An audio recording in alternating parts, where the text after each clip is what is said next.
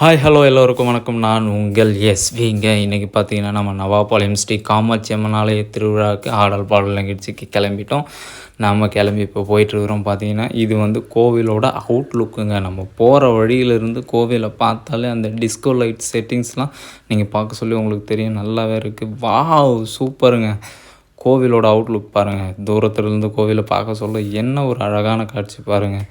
இதை பார்க்குறது தான் இவ்வளோ தூரம் வந்தோம். நாம் வந்தாச்சு கோவிலுக்கு. இப்போ இங்கேருந்து தான் நம்ம வீடியோவை ஸ்டார்ட் பண்ண போகிறோம். வாங்க என்னோட நீங்களும். இப்போ பார்த்தீங்கன்னா அடுத்து நம்ம போகக்கூடிய இடம்னு பார்த்தீங்கன்னா அவுட்லுக் மட்டும் நல்ல ஒரு வீடியோவாக எடுத்துக்குவோம். ஏன்னா இது வந்து ரொம்ப நல்லாவே இருக்குது. ஏன்னா லைட் செட்டிங்லாம் எப்படி பண்ணியிருக்காங்க அப்படிங்கிறதெல்லாம் நம்ம தூரத்துலேருந்து பார்த்தோன்னா தான் அந்த கோவிலோட வாவ் பாருங்கள்.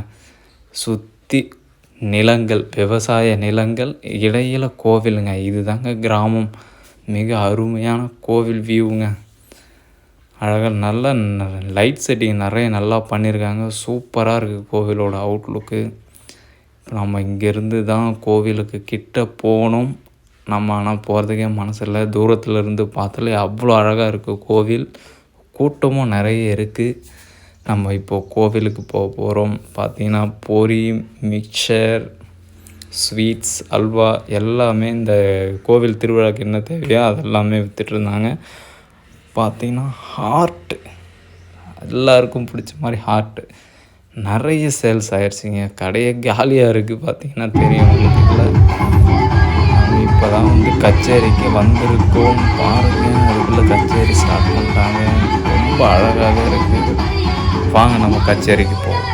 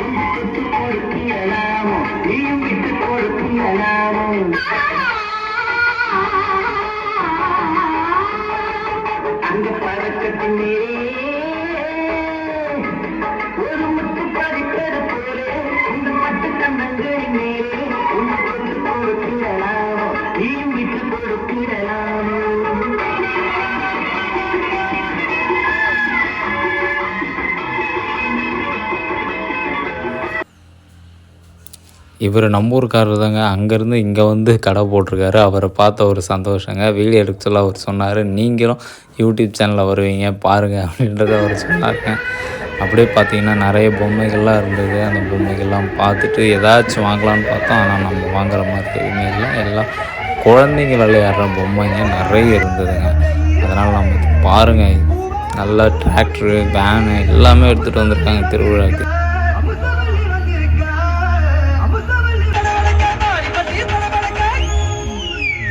பட்டி